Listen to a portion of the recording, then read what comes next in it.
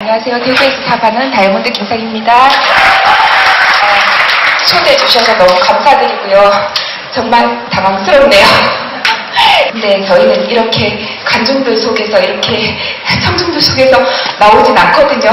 너무 가랑스러웠어요. 낯선 경험을 하게 해주셔서 너무 감사드리고요. 다들 저를 처음 뵙죠. 저를 처음 뵙거든요. 저희 집에 같이 사는 분은 아마 여기서 뵌 분이 많으실 거라고 생각해요. 몇 달 전에 왔다가 가셨거든요. 근데 여기서 스피치하면 제일 편한 게 하나가 있네요. 전문 용어 나와도 다 이해해 주시잖아요. 그쵸? 저는 대전 팀에서 같이 사업을 하고 있거든요. 그래서 같은 팀인데도 불구하고 가면 중간에 가끔씩 통역이 필요하더라고요. 근데 마음 편하게 같이 제가 RA 사업을 왜 했고 어떻게 진행했고 그리고 그 전에 제가 그냥 어떻게 살았고 저의 개인적인 소개도 조금 하고요. 그래서 함께 RA 사업을 했던 것들을 공유하면 좋을 것 같아요. 그리고 제 이야기는 적을 건 하나도 없으실 거예요. 왜냐하면 제가 스펙이 없는 걸로 유명하거든요.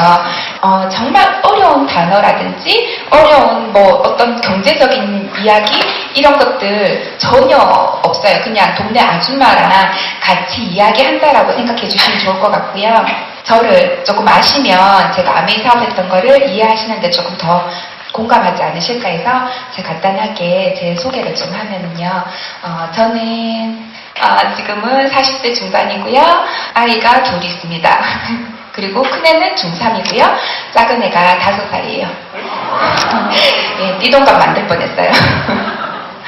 왜 그렇게 됐냐면 저희는 둘째를 가질 생각이 없었거든요. 하나만 낳아서 이제 모든 걸 그 아이한테 투자할 생각으로 그렇게 했으나 계획과는 상관없이 둘째가 태어나더라고요. 그래서 제가 늘 이야기하는 말이 있어요. 우리 애기 아빠한테 돌팔이라고. 본인 과가 산부인과거든요. 그러나 전혀 과와 상관없이 계획된 바와 상관은 없더라고요. 그렇게 해서 그냥 살고 있고요. 어렸을 때는 그냥 평범하게 그냥 컸고 어떻게 보면은 평범보다는 평범 이하였을 것 같아요. 지금 보니까 저 왠지 조금 다들 그 이야기 하시더라고요. 다이아몬드 되고 나니까 원래 부티가 원래 잘 살았는 것처럼 보인다 이렇게 이야기 하시더라고요. 그렇진 않았고요. 그냥 청소년 시절에는 저희 아버지가 개인적으로 이제 너무 좋으신 분이잖아요. 법 없이도 살 수 있다는 분. 그러나 그 법 없이도 살 수 있는 분이 사회적으로 보면은 좋으나 가정적인 면에서 보면 너무 힘들게 하시는 덕분에 제가 일찍 철이 들었던 것 같아요. 엄마가 이렇게 힘들어하는 모습을 보고 어느 순간 제가 부모님한테 제 개인적인 원하는 바를 요구하지는 않았던 것 같아요. 그래서 그렇게 철이 들고 다른 분하고 다르게 저는 일반 고등학교에는 진학하지 못했어요. 왜냐하면 제가 봤을 때는 저희 집에는 제가 공부를 하는 것보다 돈을 빨리 벌어오면 저희 엄마가 덜 힘들 것 같더라고요. 그렇게 해서 제가 그냥 엄마 몰래 원서를 쓰고 이제 그냥 그때 당시에는 여상이라고 이야기하죠. 여상에 진학을 하고 그렇게 이제 빨리 졸업해서 돈을 벌어야지 그 생각으로 진학을 했어요. 근데 이제 그거는 제가 원했던 삶이 아니잖아요. 그러니까 가서 적응을 못하는 거예요. 제가 도저히 자존심도 너무 상하고 내 인생이 앞으로 펼쳐질 게 너무너무 깝깝해 보여서 그때 어린 나이였지만 절대로 이렇게 살고 싶지는 않다라는 생각에 혼자 공부를 했었던 것 같아요. 그리고 참고서를 사기 시작했어요. 돈을 모아서 사서 일단 제가 여성이었기 때문에 인문계 아이들을 따라갈 수 없으니까 했던 방법은 통째 외우기. 그래서 참고서를 거의 과목별로 다 외웠던 것 같아요.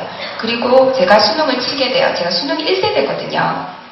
그래서 수능을 치고 그래도 운이 좋아서 점수가 그래도 그럭저럭 나와서 제가 대학에 진학할 수 있었고요. 근데 그 대학 진학조차 저에게 선택권은 없었어요. 왜냐하면 집에 제가 손을 벌릴 수 있을 만큼의 왜 그러는지 모르겠어요. 벌리면 이렇게 돈을 주셨을 텐데 그냥 그 어린 마음에도 제가 집에 보탬이 되지는 못할 만큼 어떻게 돈을 달라는 이야기를 할 수가 없었어요. 그래서 이제 하행 지원을 하게 돼요. 왜냐하면 돈을 안 내고 갈 수 있는 학교를 이렇게 찾다가 조금 제가 그렇게 가고 싶진 않지만 그래도 이제 등록금을 안 내고 갈 수 있으니까 그 학교를 선택해서 그냥 간호과를 진학하게 돼요. 그렇게 해서 병원에 취업을 하게 되었고, 그러면서 저의 인생이 또다시 변화하게 되는 게 애기 아빠를 만나게 돼요. 저는 그때 졸업하기 전에 이미 취업이 된 상태였기 때문에 병원에 근무를 하고 있었고, 애기 아빠는 인턴으로 오고, 그 상황에서 다들 이야기하시더라고요. 제가 꼬셨다고. 아니거든요. 저는 그때 너무 어렸고 그때 당시에는 일이 너무 버거웠기 때문에 남자에 대해서 눈을 돌릴 만한 여유가 없었어요. 그냥 남자는 사람이지 이성이 아니었었어요. 그랬기 때문에 관심의 대상조차 될 수가 없었고, 그리고 아예 일하기도 급급했기 때문에 저의 에너지를 그 누군가에게 나눠줄 만큼 그렇게 체력적으로 받쳐주지도 못했던 것 같아요. 그랬으나 저희 애기 아빠는 자기는 이제 들으셨던 분은 아시겠죠. 성장 때 그 고액 알바, 가해 알바를 했다가 이제 여기 병원에 오게 되니까 시간적 여유가 나니까 눈이 돌아갔나 봐요. 이렇게 돌릴 수 있는 여유가. 그렇게 함으로 인해서 간호사 탈의실에 와서 저희 집 전화번호를 몰래 뺏겨서 저희 집으로 전화가 왔었어요. 그래서 병원이니까 빨리 나오라고. 그래서 저는 사고 친 줄 알았어요, 제가.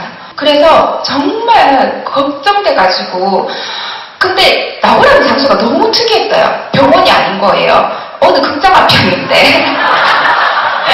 너무 제가 있잖아요. 병원이라니까 너무 놀라가지고, 극장, 이거는 두 번째 문제고, 그냥 나갔었던 것 같아요. 그래서 엮여서 오빠만 믿어해서 믿으면 되는 줄 알고 결혼을 한 거죠. 네, 결혼을 해서 그냥 살았습니다. 그리고 연애를 제가 22살에 시작했거든요. 그러다 보니까 다른 분을 이렇게 여러 분을 만나보고 선택의 폭이 넓었어야 됐는데 그게 없다 보니까 다 똑같은 줄 알았고요. 그리고 제가 우리 애기 아빠 지금 없으니까 키스해도 되죠, 그쵸?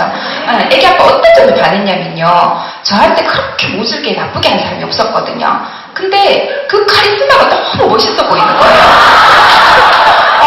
전화를 제가 조금만 늦게 받으면 왜 전화를 늦게 받았냐고, 핸드폰이 니는 필요 없다면서 이거를 집어던진다든지 이렇게 해갖고 그 나쁜 모습이 너무 매력적인 거예요.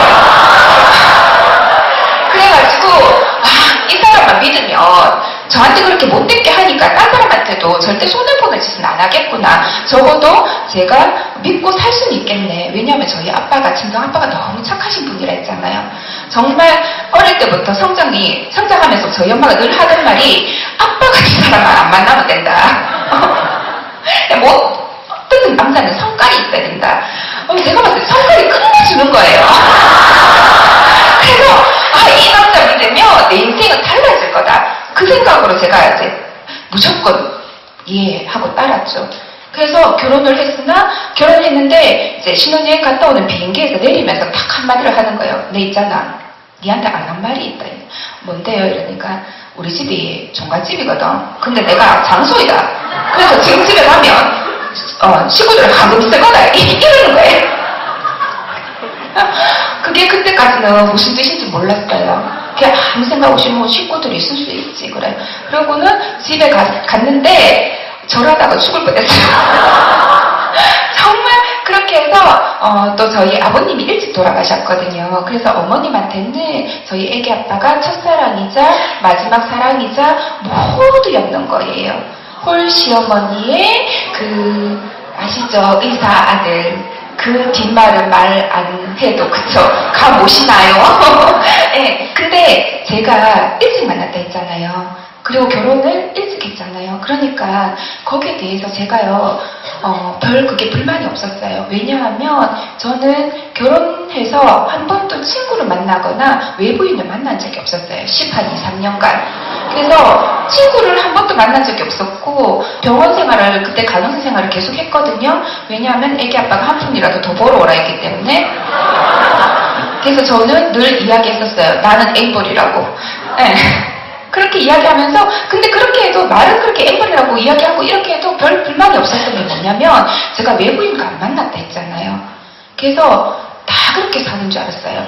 저만 그렇게 사는 것이 아니라 결혼하면 다 그렇게 사는 줄 알았어요. 그래서 별 불만이 없었어요. 그러던 찰나에 제가 지쳐가는 거죠. 서서히 지쳐가면서 도저히 이렇게 있다가 내가 숨을 고셔서 죽을 것 같다. 그렇게 해서 제가 애기 아빠가 미리 와서 풀었다 하더라고요. 그래서 숨 쉬고 싶어서 제가 몰래 방을 구합니다. 집 이외에 어머님을 모시고 살았기 때문에 숨 쉬고 싶었어요. 그리고 저는 빨간 날이 너무너무 두려웠었어요. 휴가가 너무너무 두려웠었어요. 신혼여행 이외에 한 번도 애기 아빠랑 여행 가본 적이 없었거든요. 그리고 항상 주말 되면 어머님 모시고 어머님이 좋아하는 장소, 휴가 때는 어머님이 좋아하는 장소, 그렇게 해서 늘 같이 쉬는 날은 온전히 어머님한테 투자를 했어야 됐기 때문에 저의 생활이 없는 거죠. 그러면서 숨 쉬고 싶어서 제가 방을 몰래 얻었습니다. 얻고는 거기에 이제 가끔 이제 시간 날 때마다 퇴근하고 바로 집으로 가지 않고 혼자 이렇게 그 방에서 이제 제가 하고 싶은 것들 조금씩 하면서 취미생활 아닌 저는 다른 거를 알아보고 싶었었어요. 왜냐하면 간호사가 너무너무 좋아서 선택한 직업이 아니었기 때문에 애기 아빠 성향으로 봐서 제가 집에 노는 건 못 벌 것 같고 그래서 돈을 벌어야 되는데 간호사 이외에 돈을 벌고 싶은 거예요. 그래서 그때 당시는 이제 애도 하나 있고 하니까 이 아이랑 함께 있는 시간이 길면서 돈을 벌 수 있는 일이 없을까? 그렇게 해서 이렇게 돌아보니까 제 주변에 있는 사람들 다 뻔하잖아요. 비슷한 사람들끼리 놀잖아요. 그래서 보니까 이제 뭐 여자들이 쉽게 이렇게 오픈할 수 있는 거는 뭐 샵 같은 거, 커피숍이라든지 샌드위치 가게 아니면 뭐 다른 그 어떤 것들이면 뭐 이제 뭐 수공예품 같은 거 그런 것들을 이렇게 하는 그런 것들을 알아보기 시작했었어요. 그래서 제가 퀼트도 해보고요. 알공예도 해보고요. 정말 안 해본 게 없는 것 같아요. 알공예는 조류 독감 때문에 알이 수입이 안 돼서 그만뒀고요. 그리고 테디베어라고 있어요. 곰털 깎는 거 있거든요. 걔는 제가 천식이 약간 있었거든요. 털이 날려서 못하겠더라고요. 그래서 걔도 접고 그 다음에 홈패션도 했는데 그것도 정말 이거 말렸는 거 들고 다니려 그러면 이거 정말 힘들거든요. 그래서 좀 우아하게 도자기를 배워보겠다고 그랬는데 겉으로 도자기 입에 사람과 영혼에 보면 정말 우아하죠. 그런 일 없거든요. 흙을 정말 내쳐야 되는데 정말 이거 노가다거든요. 그래서 이것도 도저히 못하겠고 이래저래 하다가 제가 마지막에 손을 댄 게 뭐였냐면 니트 디자인이었었어요. 일명 뜨개방. 근데 이제 뜨개방 그러면 동네 아줌마는 다 이렇게 접근하기 쉬운 것 같지만 제가 배운 거는요 니트 디자인이었었어요. 지금 보니까 뜨개방이에요. 그래도 그렇게 이야기했고 그때 원장님이 대구에 본 적이 있었어요. 그 학원이. 그러면서 이분은 저에게 무슨 꿈을 심어주셨냐면 일본에서는 이걸로 웨딩드레스도 만들고 패션쇼도 하고 이 사람 정말 유명한 디자이너고 이런 거를 사진을 찍어서 저에게 보여주면서 꿈을 심어주셨거든요. 그래서 나의 길은 이 길이다. 그러면서 제가 퇴직할 준비를 하고 퇴직금을 미리 땡겨요. 애기 아빠한테 놀라면 안 줄 것 같아서. 그래서 몰래 땡겨가지고 이거를 이제 한 방에 실을 삽니다. 2천만 원치. 네. 일제 실은 원래 비싸요. 그래서 제가 그때 사재기를 해봤어요. 몇 년치 공부할 거 책이랑 실이랑 한꺼번에 퇴직금을 미리 땡겨서 원장님이 퇴직금 안 준다는 거를 제가 우겨갖고 노동청에 고발하겠다라고 이야기해서 그거를 이렇게 다 땡겨갖고 그 실을 다 모았어요. 모아서 애기 아빠한테는 이거 그냥 돈은 할부로 갚으면 돼 하고는 그걸 하고 있었어요. 근데 그 2천만 원을 지르고 난 일주일 뒤에 원장님을 볼 수 없었어요. 사라지셨어요. 저에게 꿈을 심어주시고. 네, 그 일주일 사이에 저희 집에 무슨 일이 벌어졌냐면 듣도 보도 못했던 아메이가 아니고요.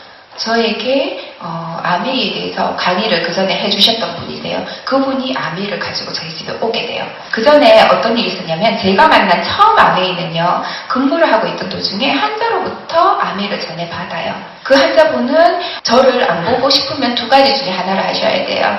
이식을 하시거나 아니면 사망하시거나 그거 이외에는 정말 가족처럼 늘 봐야 되는 환자분이셨거든요. 근데 그분이 아메이를 한다고 이야기하셨고 너무 낯선 아메이지만 도와드리고 싶었었어요. 그분한테 도와드리고 싶어서 그분이 쌤 뭐 필요한 거 없어요? 그리고 카탈로그를 갖다 주시면 제가 그 카탈로그를 끼고 저희 병원이 4층 건물이었었어요.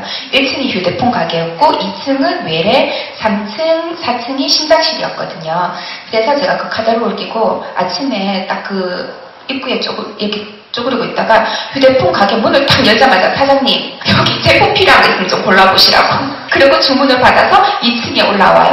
2층에 올라와서 외래 직원 이제 방사선사나 뭐 아니면 이제 그 접수부에 불러가지고 쌤들 여기서 이제 조금 여기서 좀 고르셔가지고 적어도 한 3만원 이상씩 골라보세요. 그러고는 주문을 또 적고 이제 3층에 딱 올라가면 저 후배들이잖아요 다들. 그래서 쌤들이 다 모여봐봐.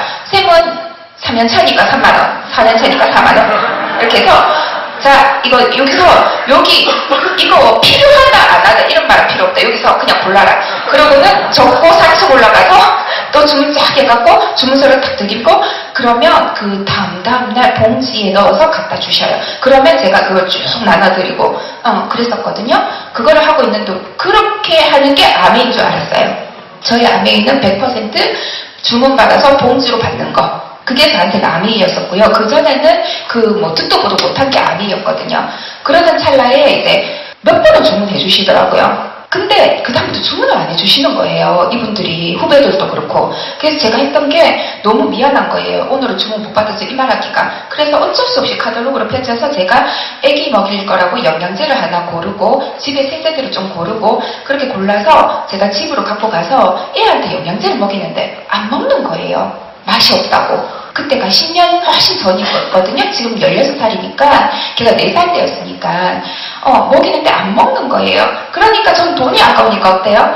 우는 애 입에 넣고 입을 잡고 빨리 씹어 그러고는 애랑 실랑이를 하고 있는 거죠. 그 모습을 애기 아빠가 보게 돼요. 그러면서 너 도대체 뭐 하냐고. 영양제 먹인다고. 뭔데? 그러면서 딱 보더니만 아메이잖아요.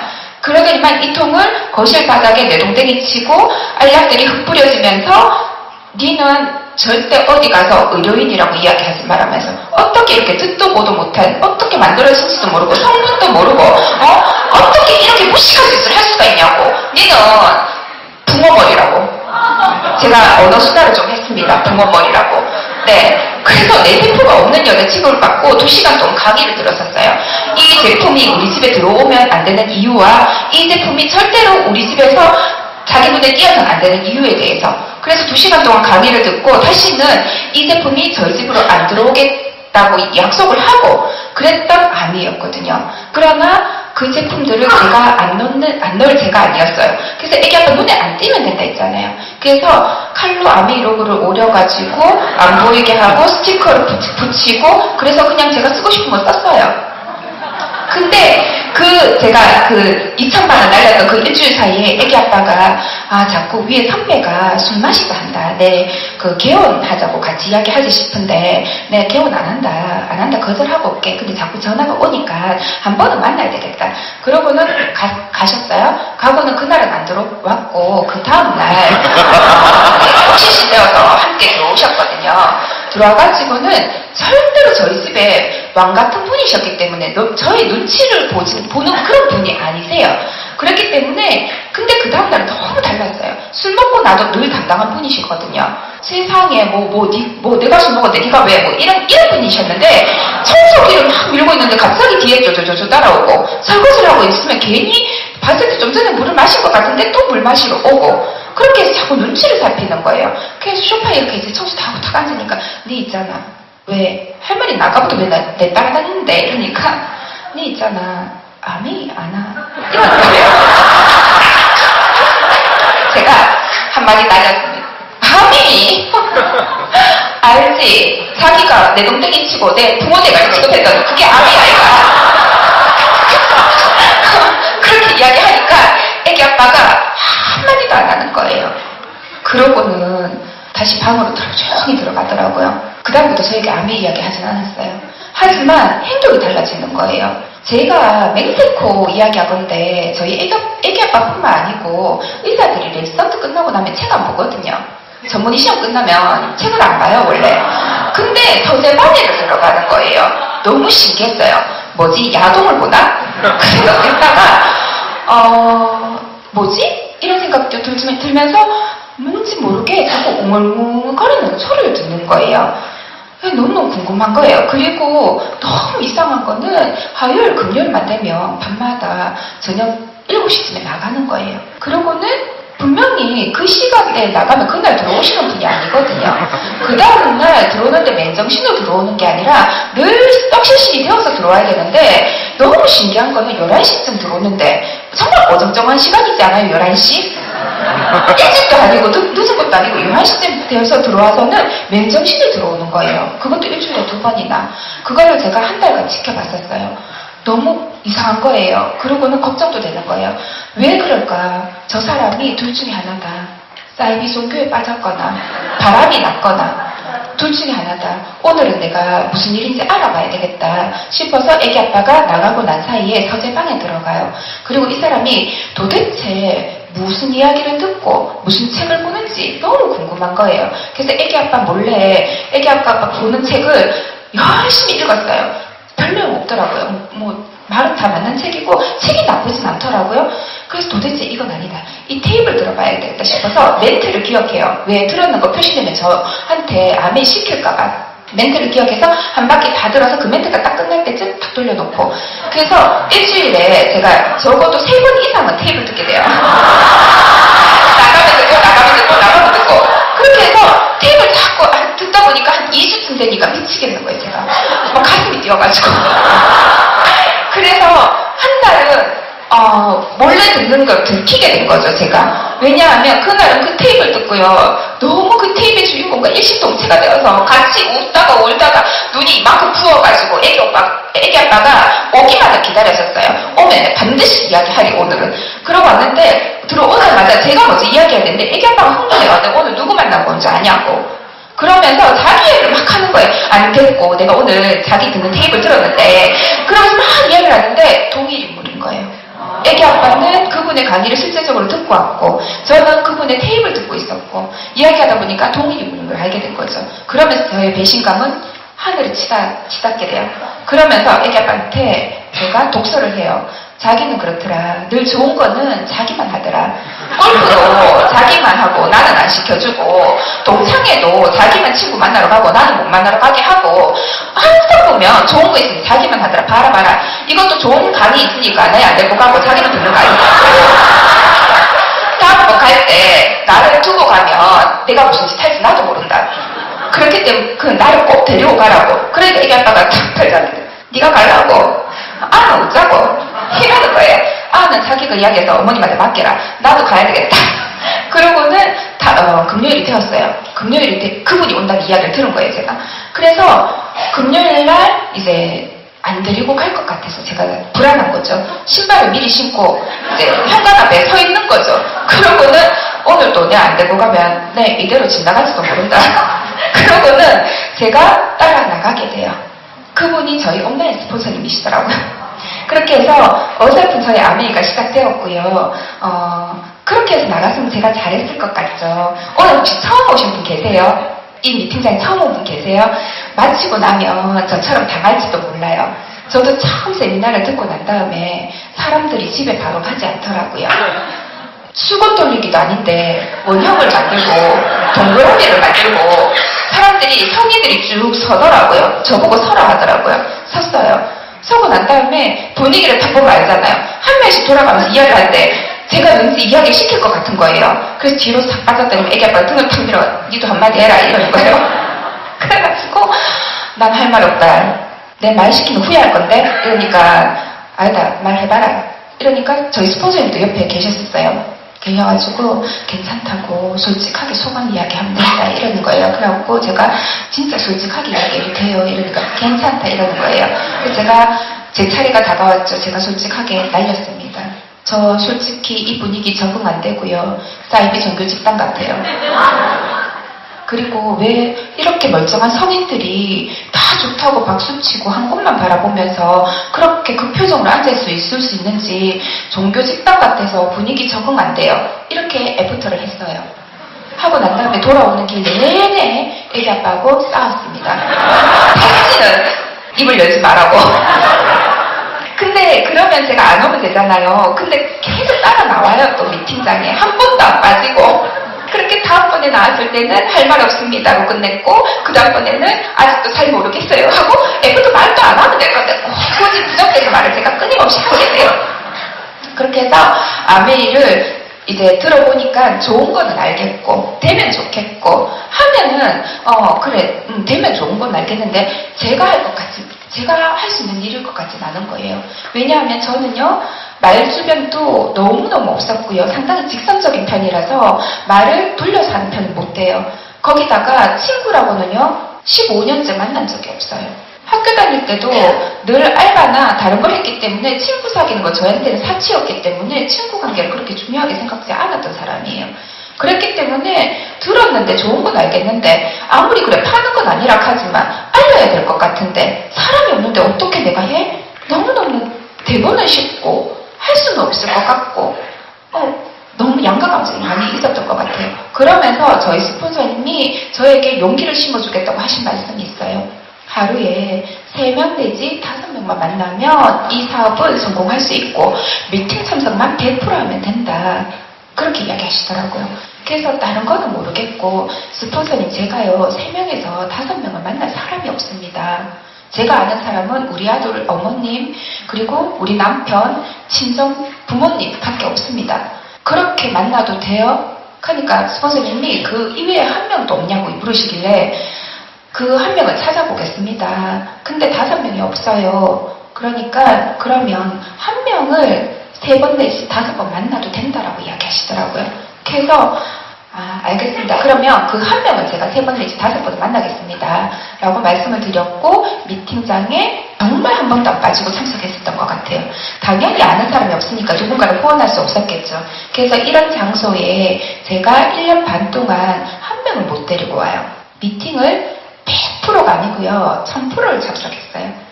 작은 미팅이라도 있으면 정말 다 참석했었던 것 같아요. 어떤 생각으로 제가 아메이 사업을 접했냐면 너무너무 되고 싶었기 때문에 내가 할 수 있는 일에 대해서는 남들보다 더 많은 최선을 다하자. 남들이 테이프 하나 들을 때 나는 3개 내지 5개를 듣겠다. 미팅 참석을 한번 빠질 때 절대로 내가 주는 한이 있어도 미팅장에서 죽으리. 그러고는 미팅을 절대 빠지지 않겠다. 그리고 제품이에요. 다른 사람들보다 나는 만날 사람이 없으니까 좀 더 공부하고 쓸 수 있겠네. 공부하는데 시간을 더 투자해보자. 그렇게 해서 할 수 있는 건 최선을 다했던 것 같아요. 책도 사람 없으니까 얼마나 읽을 시간 많아요. 그래서 정말 일주일에 한 권 이게 아니고요. 저는 그냥 하루에 한 권씩 읽었던 것 같아요. 만날 사람이 없으니까. 그래서 할 수 있는 거에 대해서는 최선을 다해봐야지. 내가 다른 거는 못하니까 남들보다 경쟁력이 있으려면 이 부분이라도 있어야지. 내가 왠지 내가 가고 싶은 그 꿈이라는 것에 가까이 갈 수 있지 않을까? 그 생각으로 그렇게 한 발자씩 더 다가가고 싶어서 애를 썼던 것 같아요. 그리고 아미 사업을 하면서 제가 가장 힘들었던 게 뭐였냐면 저는요 꿈을 가지는 게 너무너무 힘들었었어요. 다들 처음 오시면 꿈이 뭐예요? 이렇게 묻더라고요. 근데 저는요 그게 그 말이요 너무 부담스럽고 힘들었었어요. 왜냐하면 결혼생활 동안 그 10년이 훨씬 넘는 시간 동안 제가 했던 일이 뭐냐면 꿈을 가지지 않는 법 그리고 내가 하고 싶은 거 포기하는 법 내가 이루고 싶은 거 포기하는 법 이런 것들을 배워야지만 제가 살 수 있었기 때문에 그런 것들에 대해서는 익숙했었어요. 내가 포기하고 버리는 거에 대해서는. 근데 암이 오니까 꿈을 가져라고 하고 싶은 게 뭐냐 그러고 이루고 싶은 게 뭐냐 그러고 되고 싶은 게 어떤 거냐 가지고 싶은 게 뭐냐 그러는데 너무 힘든 거예요. 저에게는. 그래서 그거를 정립하는데 1년이 걸렸던 것 같아요.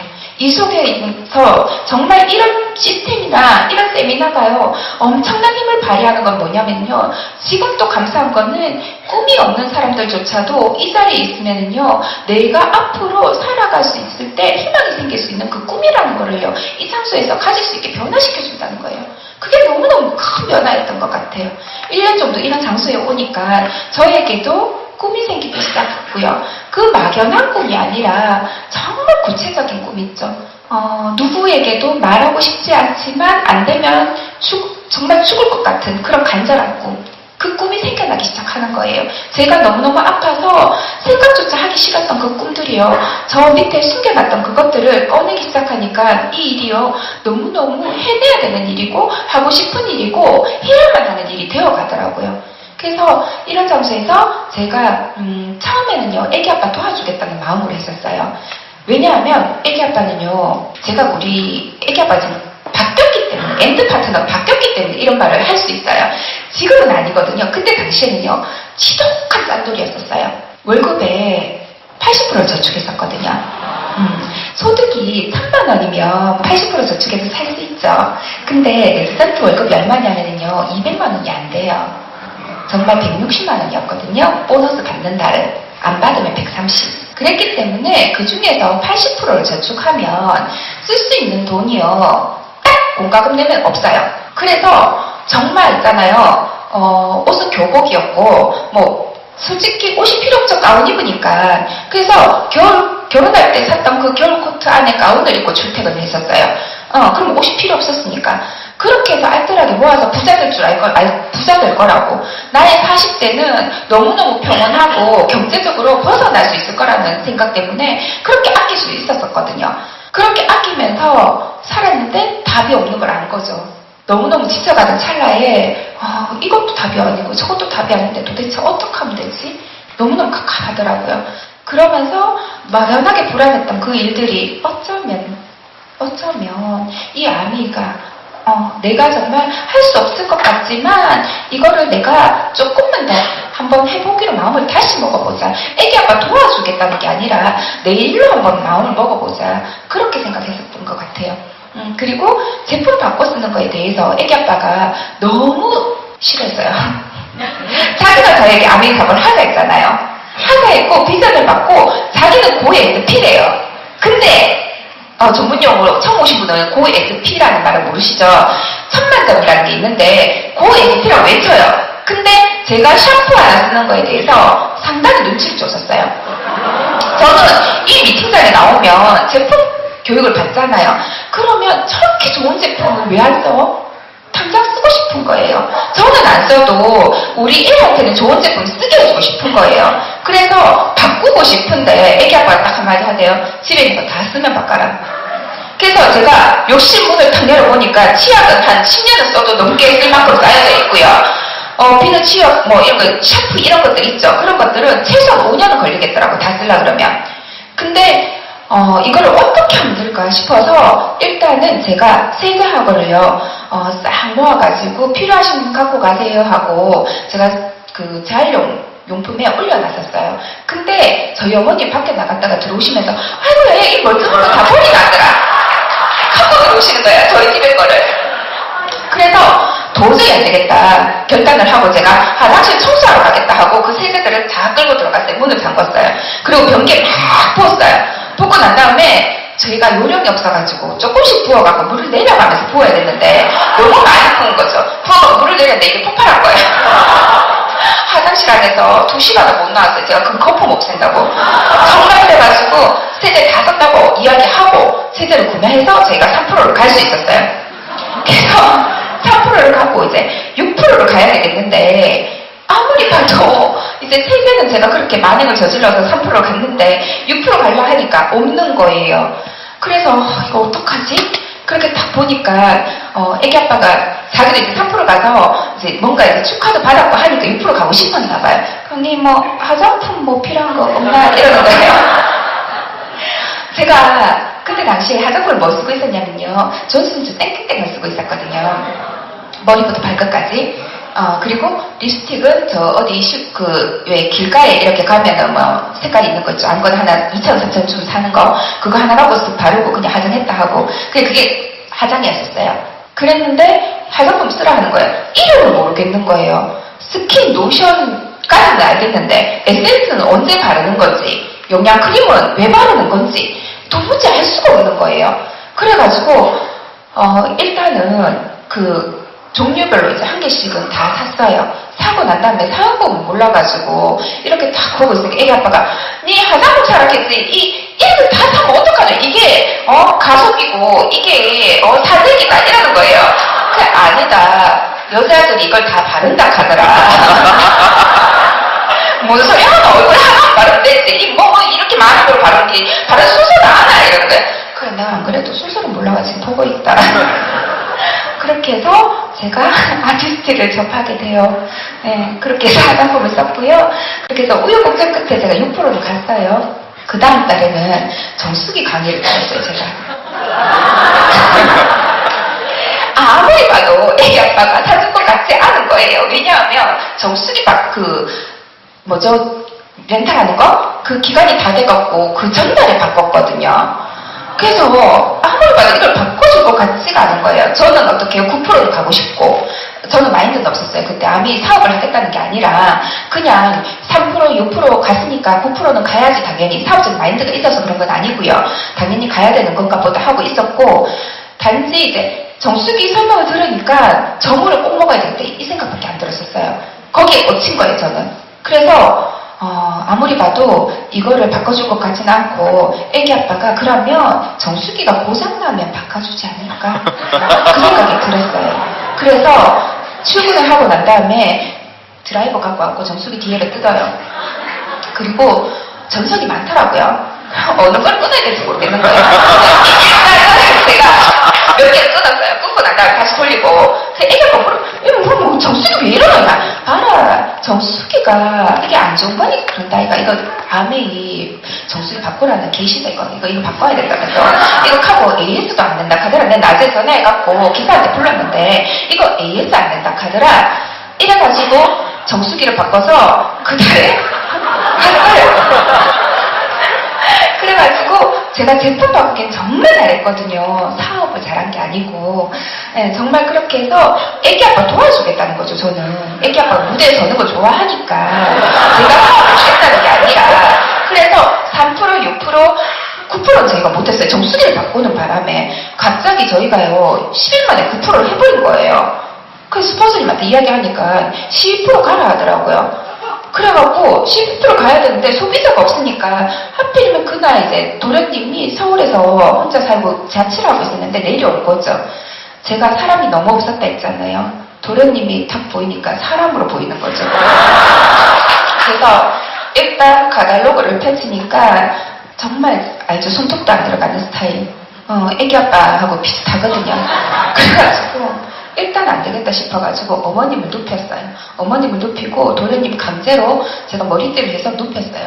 그리고는 마사지를 해주겠다 해서 열심히 얼굴을 순서도 모르고 덕지덕지 발라가지고 비볐는데 제가 스킬이 없다 보니까 알죠? 가끔 눈도 찌르고 입안에 해가지고 다 들어가고 형수님 코로 숨 못 쉬겠어요 해갖고 일단은 정말 열심히 했었어요. 그렇게 해서 강매했어요. 우리 도련님이. 본인 의사와 상관없이 거의 6%에 가까운 3%를 마감하시고 서울에 저한테 털려서 올라가셨어요. 네. 그렇게 해서 저희 12%가 완성되고 우여곡절 끝에 SP는 애기 아빠가 혼자 막 열심히 하더니만 뉴트럴라이트 전달하고 가더라고요. 그래서 SP 가서 좋았어요. 그냥 무대 가고 그때까지만 해도 저는 사업적인 마인드가 없었기 때문에 애기 아빠가 열심히 해서 가는 거니까. 근데 그때 SP가 가고 난 다음에 정신이 들기 시작하는 거예요, 제가. 왜냐하면 SP는 첫 SP를요 파는 게 아니라고 해놓고 열심히 팔았거든요. 팔아서 갔기 때문에 네트워크가 아니잖아요. 파트너 없이 갔으니까 당연히 유지가 안 되겠죠. 정말 한번 가고 난 다음에 그 다음 달부터 1년 가까이 세월 동안요 바운더스 15%를 해요. 그러면서 그때 당시에 제가 마음속에서 해야 되겠다는 생각도 들고 다시 SP라는 거를 제 힘으로 가고 싶다는 생각이 들었던 것 같아요. 그러면서 애기 아빠가 저한테 내가 주사업자 바꿔줄게 이러더라고요. 그러고 계약서를 적어줬어요. 아메이 소득에 일체 묻지 않겠으며 모든 권한을 일임하겠으며 매달 나오는 보너스는 네가 다 하고 연말에 나오는 이식을만 내가 참여할 수 있는 권한을 갖겠다. 이렇게 해서 계약서를 적어서 저에게 제출하더라고요. 그래서 제가 그 이야기를 했어요. 나는 이런 돈 다 필요 없고 어차피 통장에 들어오면 자기 돈이지 내 돈 아니다. 그렇기 때문에 관심 없다. 이렇게 하고는 보내놓고는 그때 당시에 제가 사업을 제대로 하지도 않으면서 애를 저희 어머님한테도 맡기고 친정 엄마한테도 맡겼던 거예요. 그때가 겨울쯤이었는데 이제 저녁에 미팅을 갔다 오는 길에 저희 친정엄마가 애를 봐주면서 저녁 미팅 끝나고 집에 오면 10시 반쯤 11시 가까이 10시 반쯤 되었었어요. 근데 엄마가 굳이 버스를 타고 집에 가겠다 하시더라고요. 추운데. 그래서 제가 또 애 데리고 같이 태워서 엄마한테 다시 집에 데려다 드릴 수는 없고, 그래서 어쩔 수 없이 엄마 택시 타고 가라 그랬는데, 엄마는 말로 돈 아깝고 택시 타고 가노, 버스 타고 가면 되지. 그러면서 버스 정류장에서 엄마가 이렇게 막 낡은 코트를 입고 이렇게 서 계신 거예요. 그 모습이 이제 제 눈에 너무 크게 다가온 거예요. 그래서 정말 택시비 10,000원이면 충분히 집까지 가고도 남는데, 그 10,000원이 내 호주머니에서 쉽게 나오지 못했던 그 자책감, 그런 거, 좌절감, 그런 거와 함께 그 추운 데서 떨고 있는 저희 엄마 모습을 딱 보는 그 순간에 정신이 들더라고요. 내가 지금 왔다 갔다 이때까지 뭐 하고 있었지? 아메이 한다고 해서 꿈 이야기하고 가족을 위해서 하고 뭐 엄마 용돈 얼마 드리고 이 말 겉으로 했지, 내가 정말 가슴 속에서 그 말을 한 적이 있나? 생각해보니까 없더라고요. 그래서 그때부터는요, 정말 그 다음 날부터 저희 아메이가 진짜 아메이가 시작됐던 것 같아요. 그래서 처음으로 제가 누군가를 후원해야 되겠다 싶어서 그 친구에게 다가가기 시작했고, 저희 첫 주문이 제가 먼저 이야기한 게 아니라 그분이 먼저 저에게 전화를 걸어준 언니가 있어요. 예전에 킬트를 배울 때 유일하게 저랑 이야기를 하고 밥을 같이 먹어줬던 언니예요. 그 언니가 용인에 살고 있었는데 저한테 전화와서 요즘 문제 지내노? 니 간호사 때려쳤다면서 이러는 거예요. 그래갖고 아니 언니 하면서 간호사는 그냥 알바를 하고 있고 내 다른 거 하고 있으니까 니 뭔데? 하면서 많은데 이러니까 언니 있잖아요. 언니는 혹시 꿈 있어요? 이렇게 물었어요. 그러니까 언니가 니 혹시 아메하나? 언니 어떻게 알아요? 아메 아니라 다 꿈 물어본다. 하고 내 일주일 전에 정수리 바꿨는데 아메 정수리 바꿨는데 진짜 이야기하지? 이러는 거예요. 언니 그러면 나중에 필터 바꿀 때 저한테 써주세요. 그러고는 언니가 피식 웃으면서 니 펄스라고 아나? 이러는 거예요. 안 가면서 내 펄스 필요한데 맞아요 언니. 그러면 나 거기 세미나도 가야 되고 여기네 갈 일 있는데 언니 내가 갖다 줄게요. 그렇게 이야기하고 언니가 그래 하면 올라올 길 있으면 펄스 한 개 갖고 와봐라 이러더라고요. 그래서 제가 펄스 6,300원이었거든요. 그때 당시에. 걔를 사서 예쁘게 닦았어요. 닦아서 조수석에 안전벨트를 해서 묶어봤어요. 왜냐면 처음 주문받은 거잖아요. 제가 뭐 사둘라 했는 게 아니고 언니가 주문한 거잖아요. 그래서 걔가 쓰러지면 안 되니까 조수석에 앉혀가지고 정말 고속도로를 처음 타봤어요. 제가 그때. 그래서 저는요 버스 전용 도로가 있는지 몰랐어요. 그리고 속도 위반을 하는 건 몰랐어요. 그래서 거기 가는 길에 여기 가면서 속도 위반, 주정차 위반, 그리고 전용 도로 위반, 그리고 괜히 옆에서 있는 트럭 아저씨 끌고가지고 차 문장 60만원 견적 이렇게 해서 갔다 왔어요. 열심히 그 청구서는 애기 아빠한테 주고. 네. 그렇게 해서 저의 첫 주문 배달이 누군가에게 제가 진짜 진심을 다해서 전했던 게 그 펄스였었어요. 하지만 그때요, 그 견적보다는요 펄스가 더 크게 와닿았어요. 왜냐하면 이 펄스가 내 인생을 바꿔줄 거니까. 어쩌면 그 쓸쓸했던 우리 엄마의 뒷모습을 지켜줄 수 있는 꿈이 될 수 있으니까. 그렇게 해서 이 펄스가요 그렇게 고마웠어요. 내려가는 길에 언니가 이야기하더라고요. 내 디시드랍스도 필요한데. 제가 너무 기뻤어요. 언니 나 다음 주에도 또 온다. 그래서 다음번에는 디시드랍스를 샀어요. 사서 제가 여기 간다는 이야기를 듣고 그때 같이 킬트 배우는 난 사귄 다른 동갑인 친구가 있었어요. 지금 말이 좋아 친구지. 그 친구는 제가 3년간 킬트를 같이 하면서 딱 3마디를 했던 친구예요. 이 친구는 저랑 친하고 싶어서 저한테 말을 걸었는데 제가 너무 차가워서 대답조차 잘 안 해줘서 쟤는 뭐 저런 애가 다 있어? 이렇게 생각하고 있던 친구였는데 그 둥이 언니, 쌍둥이 엄마였거든요. 둥이 언니를 만나러 간다 하니까 자기도 둥이 언니 보고 싶은데 같이 가도 되나 하대요. 그래서 같이 가도 돼요 이러고는 제가 뒷좌석에 태웠어요. 왜냐하면 조수석에는 디시드랍스가 타요. 그래서 그 친구를 뒤에 던져놓고 저는 디시드랍스를 벨트를 딱 해서 이제 서울 용인에 3시간 반 4시간 정도 운전을 해서 가요. 가면서 저는 뭘 했냐면 CD를 듣는 거죠. 이제 이 친구는 관심의 대상이 아니에요. 왜냐하면 지금 한 몇 주 있으면 애를 놓을 상황이기 때문에 후원해봤자 어차피 분만 휴가 들어갈 거고 얘는 아니다 싶어가지고 애나 잘나라 싶어가지고 뒤에 던져놓고 저만 이제 가는 길에 말도 한마디도 안 해요. 이 친구랑 한마디도 안 하고 CD만 계속 바꿔서 3장을 들었던 것 같아요. 듣고 난 다음에 탁 내리니까 정희씨 아메이 하나? 이러더라고요.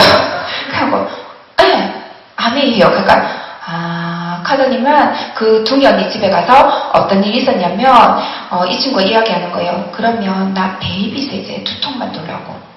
그래서 VIP인 거예요, 저한테는. 근데 베이비 세제는 32,000원이었거든요. 그것도 2통인 거예요. 그래서 제가 너무 가슴이 떨려가지고 이거를 내가 설명을 해줘야 되나? 아니면 내가 그냥 모른 척하고 그냥 2통 갖다 줄까? 그래서 양심상 설명을 했어요. 선미씨 이거를 혹시 어떻게 쓰냐고. 베이비 세제가 1년간 쓰는데 왜 2통을 사냐고. 내 쓰는 방법 안다. 성희씨보다 내가 세제는 더 잘 알걸? 그러면서 자기네 LOC에 대해서도 이야기하고 막 그러는 거예요. 그래 한 통 사고 한 통 또 사면 된다. 이러니까 이 친구가 저한테 한마디 하더라고요. 아메이 하는 사람은 잘 만나기 힘들다. 자꾸 사라진다. 이러는 거예요. 제가 아니다. 나는 진짜 오래 할 거다. 나는 안 사라진다. 이러니까 정희씨가 이제 시작한 지 얼마 안 돼서 몰라서 그러는가 본데 아메이 하는 사람들 다 그래 이야기한다가 그래 이야기하고 사라진다. 이러는 거예요. 그러고는 2통 꼭 갖다 놓으라는 거예요. 그래서 2통을 줬어요. 2통을 주고 이 친구가 한 일주일인가 있다가 아기를 낳아요. 그러고는 제가 스폰서님한테 너무너무 SP가 다시 가고 싶은데 그때가 회계년도가 시작되기 전에 7월달인데 스폰서님이 저에게 강의 주제를 주는 거예요. 미팅은 한 번도 안 빠지고 오니까 아무래도 짠한 그런 마음이 있으셨던 거 봐요. 그러면서 스피치의 주제를 주는 거예요. 나는 이미 파운더스 플래티늄이라는 주제를. 저 그때 몇 프로라고요? 한파트는 하나도 없는 정말 쥐어짜는 12%에서 15%였었어요. 깝깝한 상태인데 뭔 파운더스 PT. 근데 그 제목을 주시는 거예요.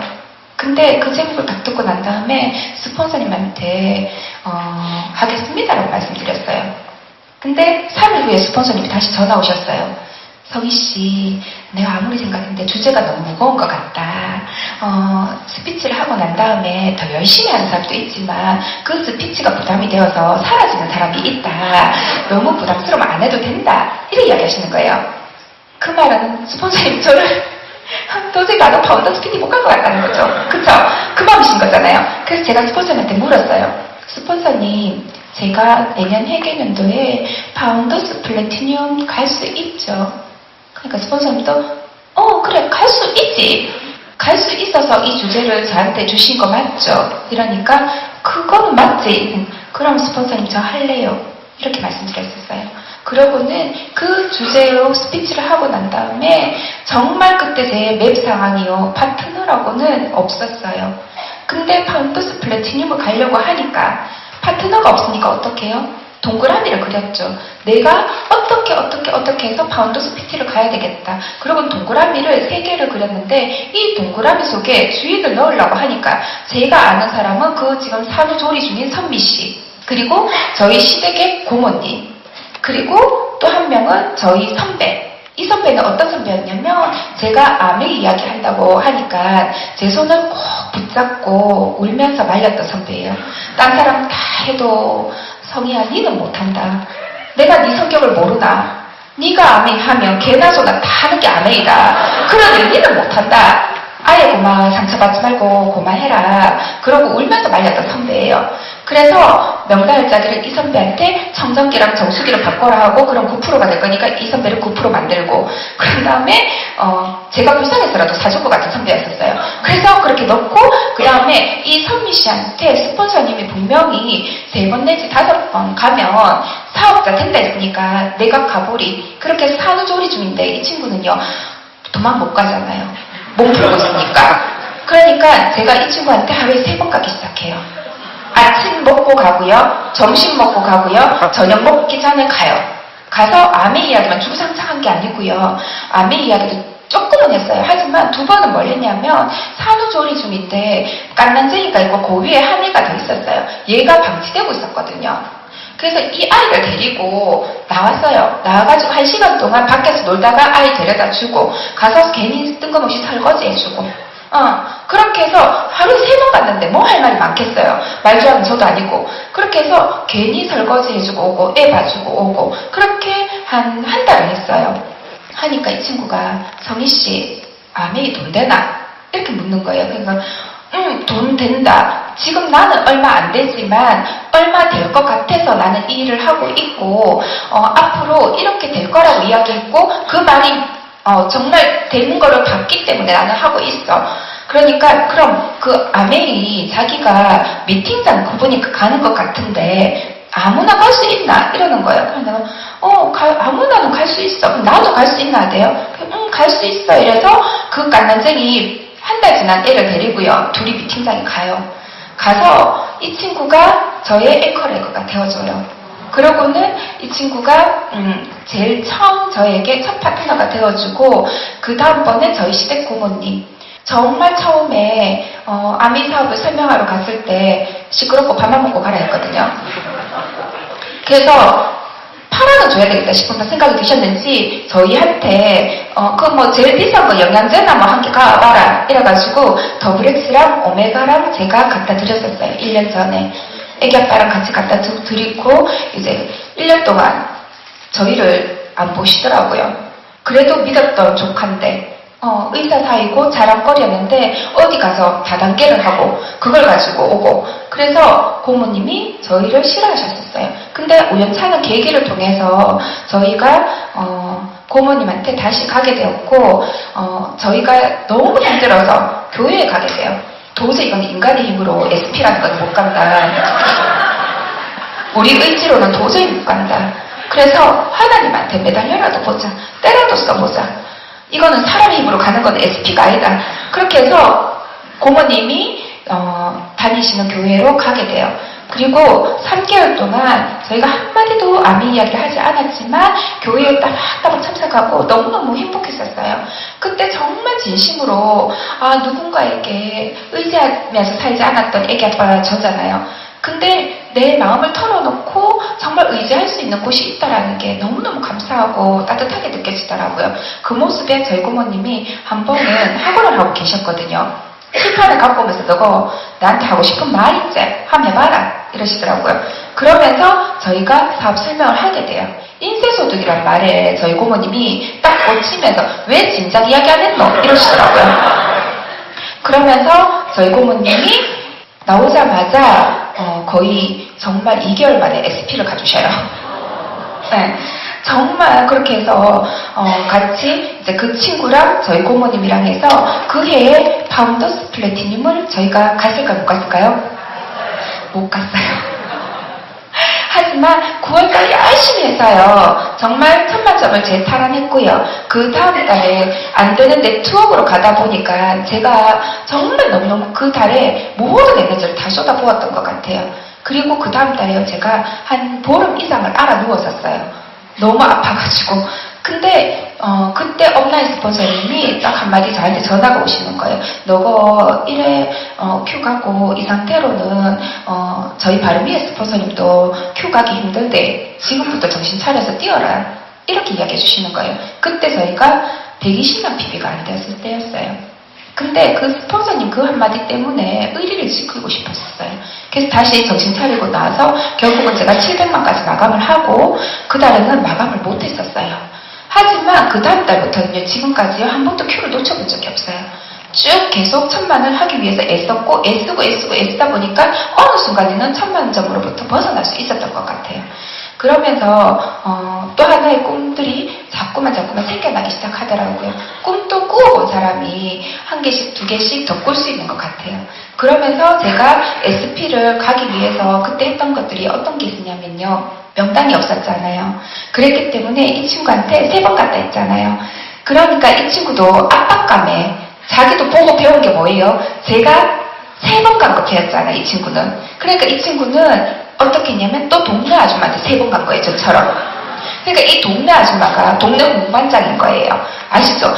막 정말 오지랖 넓으셔가지고 여기저기 막 다 쑤시고 다니시는 분. 그래서 이분이요. 그럼 내가 뭐 해줄고 사람 모아주면 되겠나? 이렇게 해서 사람을 모아주기 시작하셨어요.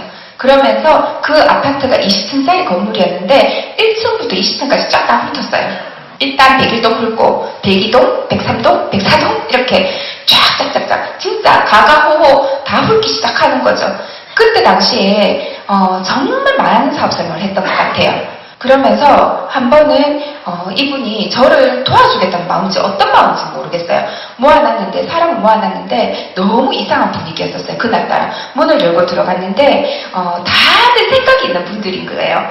한 분은 학습지 선생님, 한 분은 꿀장사, 한 분은 우체국 보험 아줌마, 한 분은 다른 멜라멜라 하는 분, 또 한 분은 책 파는, 이렇게 해서 5분을 모아주셨어요. 그러고는 각자 그분들에게는 내가 사람을 모아줄 테니까 각자 자기 이야기를 하라고 이야기하셨던 거예요. 그래서 저는 갔을 때 당연히 저한테도 내가 사람 모아놨으니까 아미 이야기해라 이렇게 이야기를 하셨잖아요. 그래서 저는 당연히 가자마자 칠판을 펼쳤죠. 펼치고 보니까 딱 그 느낌인 거예요. 다 꿀병 아줌마 꿀병 닦고 있고 다 그 분위기인 거죠. 그러면서 그때 제가 정말 그 동네가 죄송해요. 못 사는 동네를 비하하는 건 아닌데요. 정말 영세민 아파트였거든요. 그러면서 내가 다시는 여기 오지 않겠다. 다른 곳에서 내가 찾겠다. 그 마음으로 들면서 오기가 생겨서 그때 했던 이야기가 저는 아메이 사업을 하는 김성희라고 합니다. 제가 이 시간에 저는 1시간 반을 여기에 이야기하고 왔었고 아메이 사업을 설명하러 왔습니다. 그렇기 때문에 저는 사업 설명을 하고 가겠습니다라고 해서 처음부터 끝까지 해서 6사위까지 다 하고 나왔어요. 나오면서 제가 그때 당시에 아무도 제 이야기를 들어주지 않으셨어요. 꿀장사 아줌마는 열심히 꿀병 닦고 계셨고요. 우체국 보험 아줌마는 약간 읽으셨고요. 학습지 선생님은 학습지 넣었다 뺐다 하고 계셨고요. 아무도 제 이야기를 듣진 않았어요. 하지만 저는 끝까지 하고 나섰어요. 나오면서 제가 다시는 내가 이런 장소에서 이런 식으로 하지 않겠다라고. 그러고는 내가 반드시 다이아몬드 가면 이 꿀병 아줌마 우체국 보험 아줌마 이야기 꼭 할 거라고. 제가 그렇게 이야기하고 나오면서 정말 그때 당시 너무 서러운 거예요. 내가 정말 이렇게까지 해야 돼? 그때는 그때 마음이에요. 지금은 아닌데. 그렇게 하면서 나오면서 내가 반드시 내가 진짜 하는 거 되는 모습 보여줄 거라고 오기를 품었던 것 같아요. 이 사업을 하면서 누구나 다 포기할 수 있는 마음이 생기는 것 같아요. 하지만 그때 정말 내가 이렇게까지라도 해야 돼 이 마음이 드는 그 순간에 딱 2가지 부류로 나뉘더라고요. 포기하는 분과 내가 반드시 해내서 보여주리라 그렇게 마음 먹는 분과. 그래서 너무 감사했던 건요. 저는요 반드시 보여주겠다라는 마음이 들게 만들어줘서 너무 감사해요. 그때 그렇게 꿀병 닦고 있는 분들한테요. 제가 그날에 큐를 가고 찾아갔었어요. SP 다시 했다고 GP 갔다고 가서 이야기하니까 학습지 선생님이 그 말 하더라고요. 내가 그때 다른 사람은 몰라도 성희씨는 될 것 같더라. 그래서 내가 회원가입은 성희씨한테 해줄게요. 이렇게 이야기하고 회원가입 해주셨어요. 저는 제가 할 수 있는 최선을 다했었던 것 같아요. 그 해에는 그렇지만 11번의 큐를 갔고요. 그 다음 해에는 제가 파운더스 PT, 사파이어, 파운더스 사파이어 도시에 다 갔어요. 집중하는 기간이 반드시 필요하더라고요. 그렇게 해서 제가 첫 여행을 가게 돼요. 그때 치앙마이라는 곳에 여행을 가게 되었거든요. 근데 첫 여행을 저뿐만 아니고 저희 고모님과 같이 가게 되거든요. 그때 저희 친정 엄마하고 어머님하고 저희 고모님, 고모부님, 작은 고모님 그리고 저희 애기 아빠, 애기 데리고 8명이 저희 가족이 치앙마이를 떠나게 돼요. 첫 여행에. 그래서 저는요 이때까지 다이아몬드까지 오면서 어떤 핀이 제일 좋았어요? 라고 이야기한다면 파운더스 사파이어가 너무 좋았었어요. 그때 제가 처음으로 저희 엄마한테 여권을 만들어 드렸고요. 처음 비행기를 태워드릴 수 있었어요. 다들 그렇게 이야기해요. 사이가 의사니까 네가 한 턱 내라. 사이가 의사니까 그래도 용돈 많이 받지. 그렇게 이야기 많이 했을 때 저희 엄마 한마디도 못 하셨거든요. 아무것도 받은 게 없으셨거든요. 정말 그 사이가 다 해줄 것 같았던 그 사이는요. 하다못해 제주도 한번 데려다 준 적이 없었어요. 하지만 저는요. 놈들이 이상하다고 했던 그 아미를 해서요. 저희 엄마로요. 비행기를 모셔다 드렸고요. 저희 어머님 아들이 의사라고 해서 비행기 타신 적 없으셨어요. 하지만 그렇게 정말 싫어하셨던 그 아메이 해서 제가 어머님한테도 여권을 만들어드리고 비행기를 태워드릴 수 있었어요. 정말 그 잘난 의사 사이의 의사 아들이 아니고요. 이 아메이를 해서 정말 이곳에서 내가 성장한다 동시에 정말 우리 가족들도요 비행기 타는 인생으로 바뀔 수가 있었던 거죠. 저는 아메이를 해서 다 그렇게 이야기해요. 아메이 왜 했냐고. 딱 하나였었어요. 저희 엄마의 자존심을 지켜주고 싶었어요. 그리고 가장 그 이전에 뭐였냐면 저라는 존재감을 가지고 싶어 했었어요. 누구누구의 아내, 누구누구의 엄마보다는요 나 자신, 김성희라는 거. 그리고 저는요 부부 평등하다는 말을 믿지 않아요. 소득의 평등이 이루어지지 않는 한 절대 가족관계에서 평등이 일어나지 않더라고요. 항상 걸레는 제 손에만 있고요. 설거지는 당연히 제 몫이고 집안일 역시 당연히 제 몫이었잖아요. 근데 어느 정도 삽파야 되니까요. 저희 애기 아빠가 조용히 부엌으로 들어가더라고요. 설거지를 못하라고요. 조용히 일대질 하더라고요. 네, 역시 소득의 평준화는 관계성에도 평준화를 가져다 주더라고요.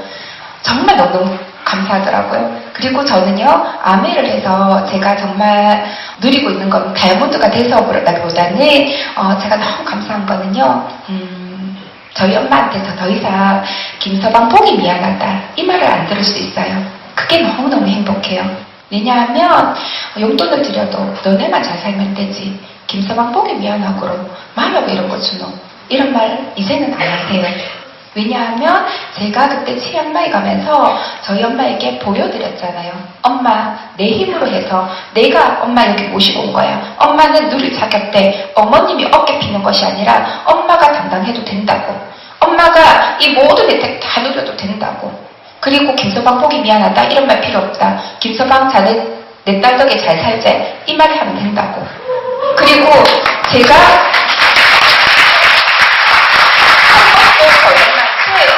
해주지 못했던 거. 어버이날 때도 저희 어머님은요 백화점에 가셔요. 머리부터 발끝까지 아무런 망설임 없이 이렇게 입체감 있게 서 있는 애들 거 있죠. 걔네들 어플을 다 벗겨서 가시거든요.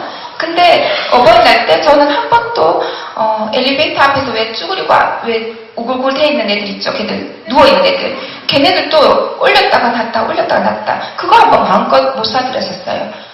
정말 그렇게 가난하지는 않았던 것 같은데 마음의 여유가 없으니까 그것조차도 저희 엄마한테 마음껏 못 해드렸었어요. 그게 너무너무 마음에 한이 돼가지고 치앙마이 갔을 때 제가요 딱 저희 어머님 빼고 저희 어머님 원래 옷이 많이 사드렸었으니까 제가 백화점 가서 저희 엄마한테요 아래 위로 3번 짝짝짝짝 해갖고 풀세트를 딱 해서 엄마 이거 입고 여행 오세요. 그러고는 제가 엄마한테 그렇게 해드릴 수 있었어요. 간호사 하면서 한 번도 저희 엄마한테 못 해드렸었어요. 의사 사이가 한 번도 그렇게 마음껏 못 해드렸어요. 하지만 인쇄소득이 될 수 있다는 이 소득이 저에게 그런 힘을 가질 수 있게 해주더라고요.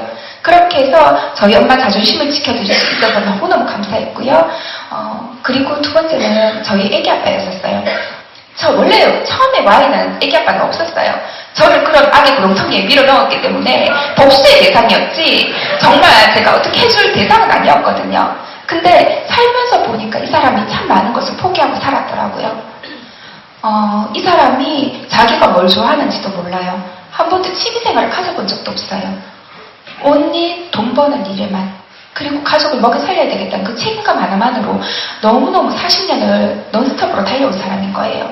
그래서 정말 에메랄드 이상 되고 나니까 자기가 뭘 좋아하는지 찾아가 보라고 이야기해주고 싶더라고요. 다이아몬드가 돼서 좋은 건 뭐냐면 저희가 더 이상 애기 아빠가 페이 닥터가 아니에요. 봉지기가 아니거든요. 어제 개원했거든요. 그래서 정말 자유롭게 날아갈 수 있게 날개를 달아줄 수 있어서 참 좋아요.